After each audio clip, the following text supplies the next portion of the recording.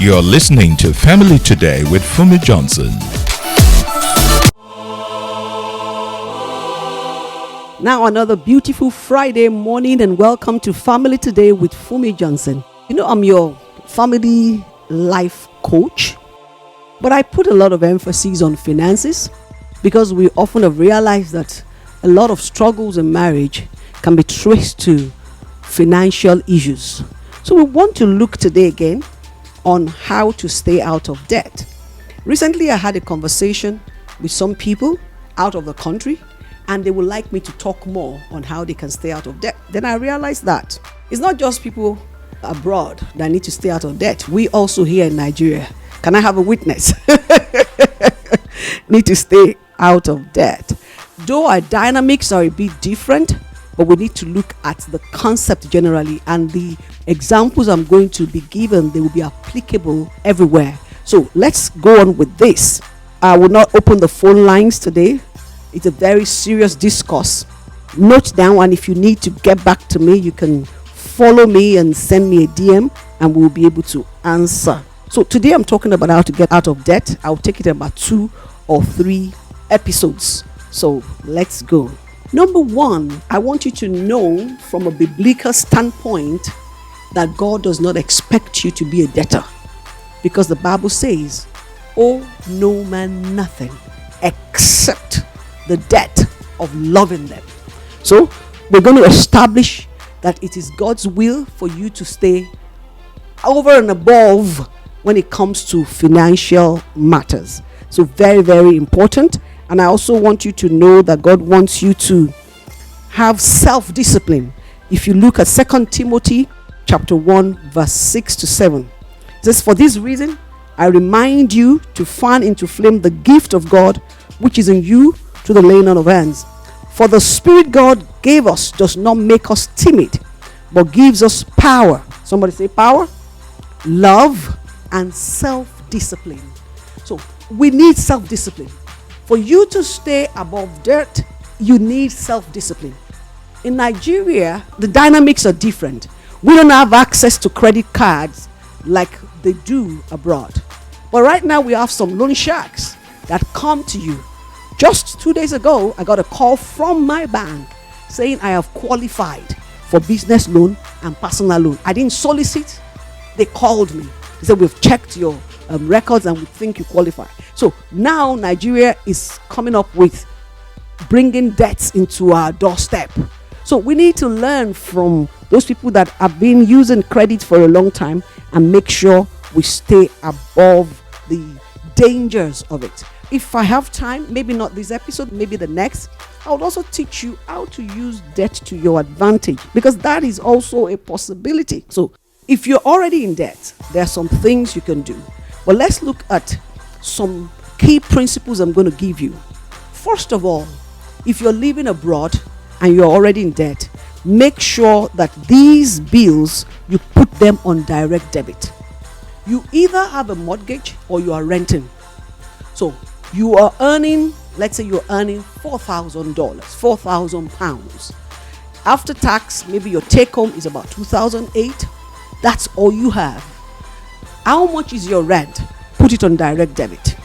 Make sure right from your income it is paid. Because when you fail to pay your rent or your mortgage, you put your life at risk. For instance, if you do not pay your rent and the landlord ejects you and you cannot stay homeless, when you're trying to get another house, they will go and do a check on you that you were ejected from your last place, and that becomes a bad reputation. So it will be difficult for you to get a good place to rent. So your mismanagement of one aspect of your life would affect others.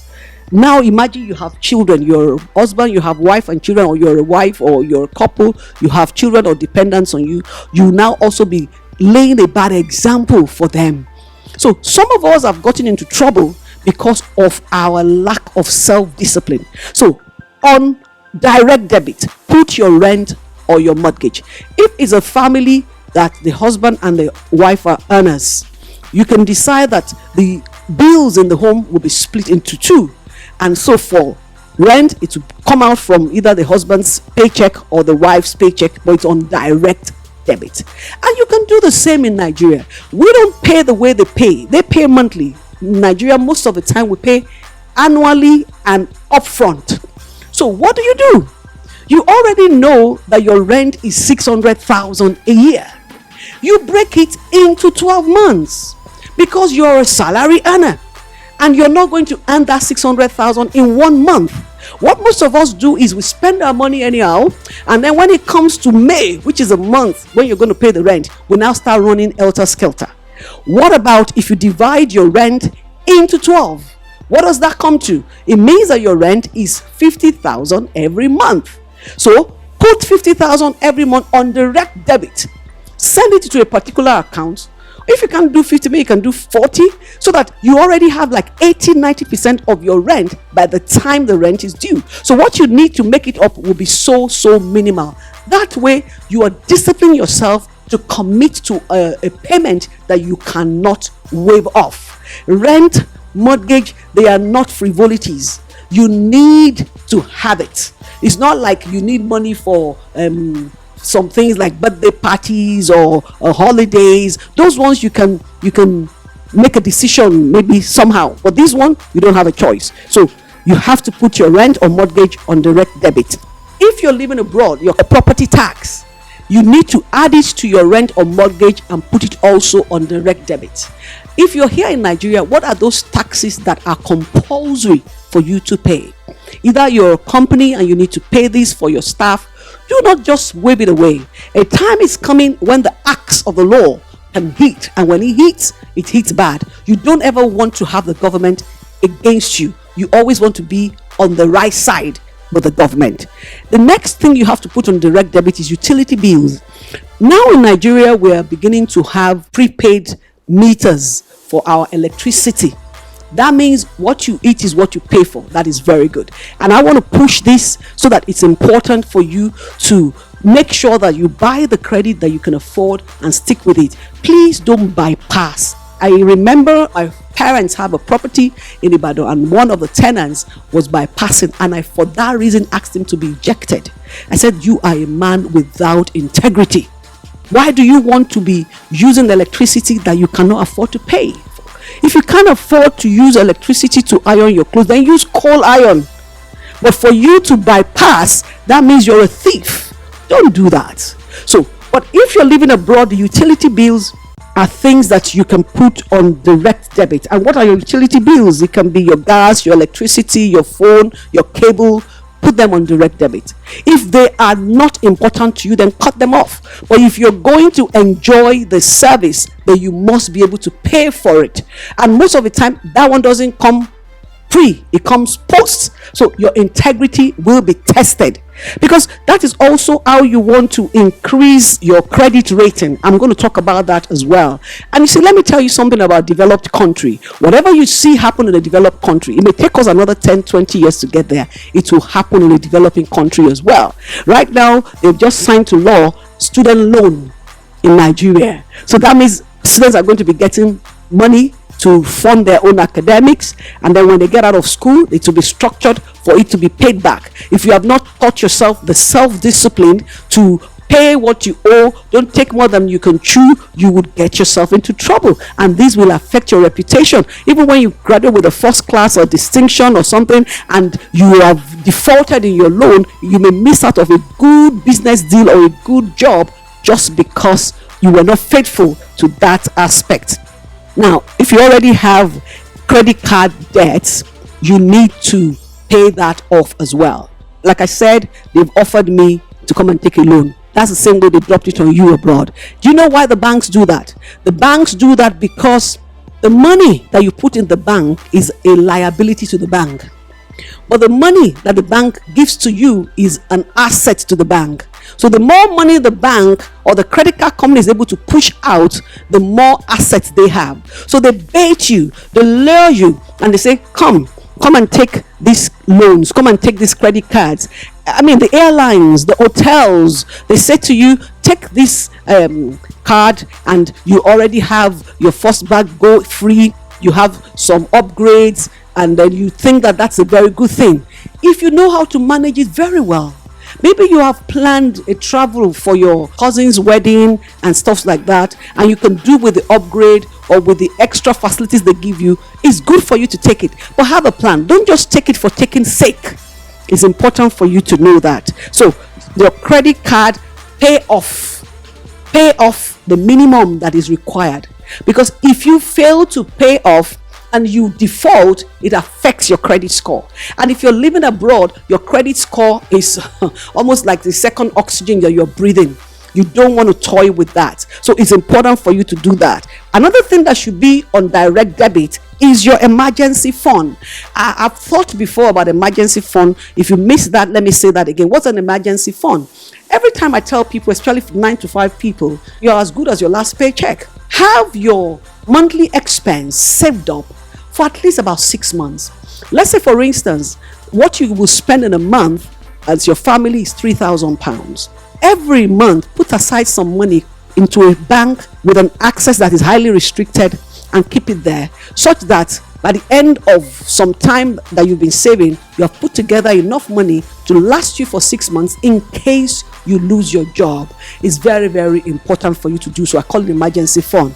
Emergency fund is also the money you put away in case there's an emergency, maybe some illness of a loved one or some things that you did not plan for or anticipate. It's important for you to put that aside, and you should have at least £1,000 or $1,000, depending on your lifestyle. So it's important for you to have that kept away somewhere in case anything happens. And if it doesn't happen, you can add it to your investment savings. I'll talk about that next. I said there are 6 things. The first one is your rent or mortgage. The second one is your council tax. The third one is your utility bill. The fourth one is paying off your credit card, the minimum at least. The fifth one is your emergency fund. And the last one is your savings into investment account. Everyone must save. I take the principle of tithe, and tithe is just 10%. It's not a religious word. So the same way you set aside a percentage of what has come to you to give to the advance of God's kingdom, the same way set aside a percentage of what comes to you to keep as a savings for investment. It's a principle. So most times when I'm teaching about commitment to the things of God, I teach about that same principle as commitment to advancing your life. You will discover that most people that give to the work of God are the same people that give and keep following the self-discipline structure that we have put in place.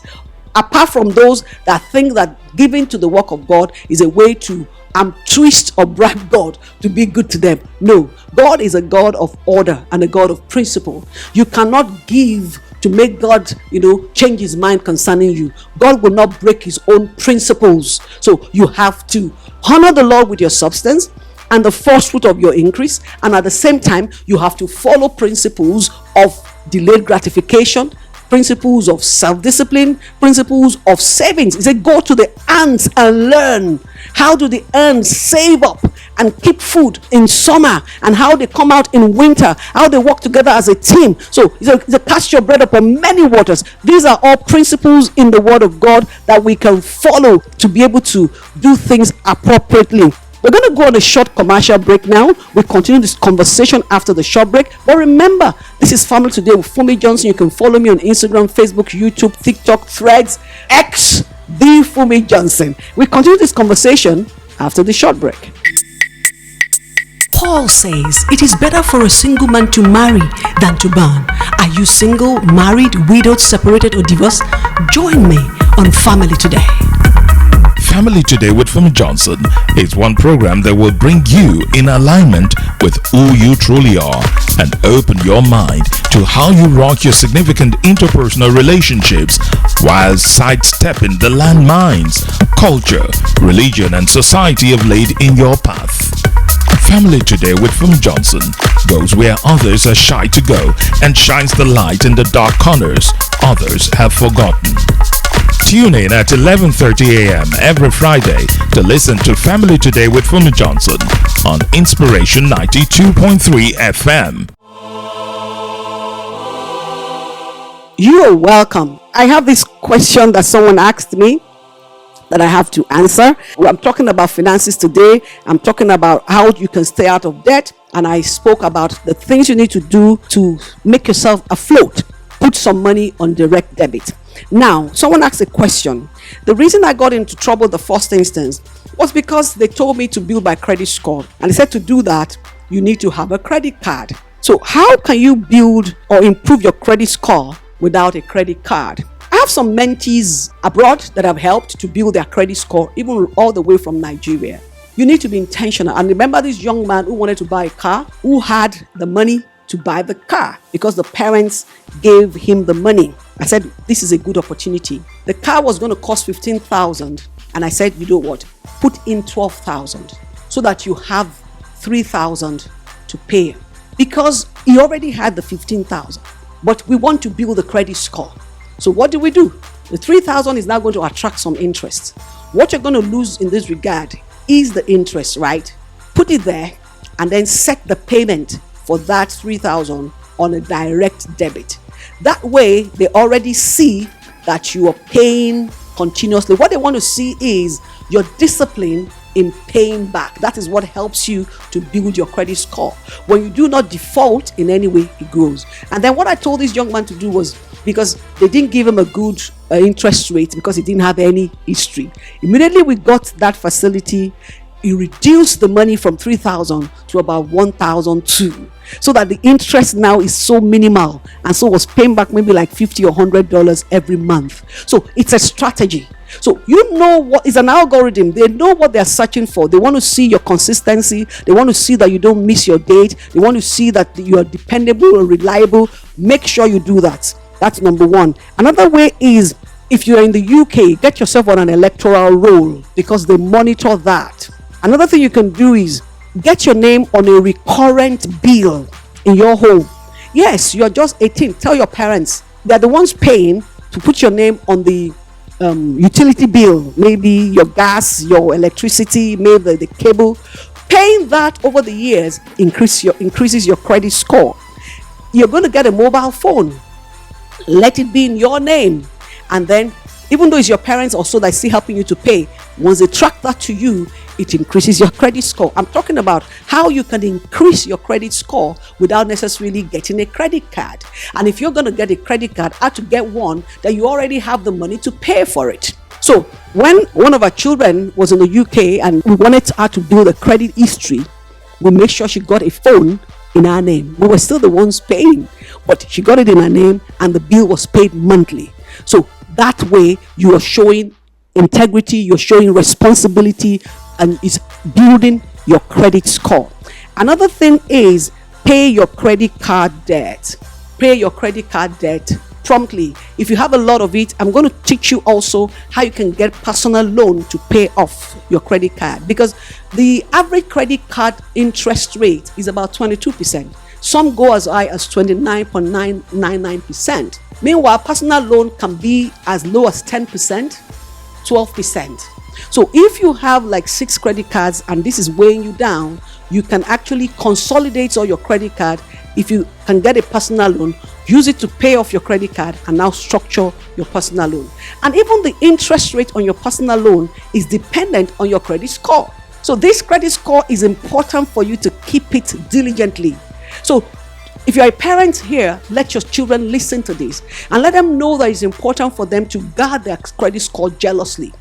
So all my mentees abroad, they have over 800 as their credit score. I also make sure they have this integrity, not only in their credit, also in their driving, and so many other areas that they check. Another thing now is, if you're married or you have a partner that you've been with and you've been linked financially, if you want to increase your credit score rating, you have to delink yourself from those partners. There was this couple that reached out to me in LA, the husband and the wife. The husband has bad, horrible credit history and the wife has an impeccable one. But every time they try to get qualified for their mortgage, they are declined. Until I said to them, let's check what's happening. They realized that if they match the credit rating of the husband with the wife, the husband will pull it down. So they had to separate, they had to delink their attachment, in which way they got the mortgage on the wife's credit score whilst the husband went back to build his own credit score. So if you keep linking it, it will keep pulling you down and you will not be able to access the kind of credit you need. Let me tell you something. I'm not against people having credit. What I am against is using credit for frivolity. If you know how to use credit very well, you will discover that you can use your good credit score to give you access to good rates from the bank. You can use the mortgage facility you get from the bank to increase your wealth profile. For instance, you can buy a duplex, a triplex, or a quadruplex, a unit that has 3 other units or 4 other units or 1 other unit that you can rent out, in which case you're going to use the rental income to qualify yourself. But before you can even access such a loan, you need to be able to prove that you can pay your own fraction of the mortgage. So when you do that, you are now using the intended tenant's money to qualify yourself for a higher loan. That way, you're using other people's money to enrich yourself, and it will be legitimate. It also helps you to reduce even how much tax you're going to pay. So that way, because you are paying your interest, you're paying your mortgage, the tax you're going to pay will be reduced because your tax man comes and checks your expense versus your income, and that increases your leverage and reduces the tax that the government is going to take away from you. Because when you are contributing housing to the community, to the society, you're also working with government to enhance good living environment.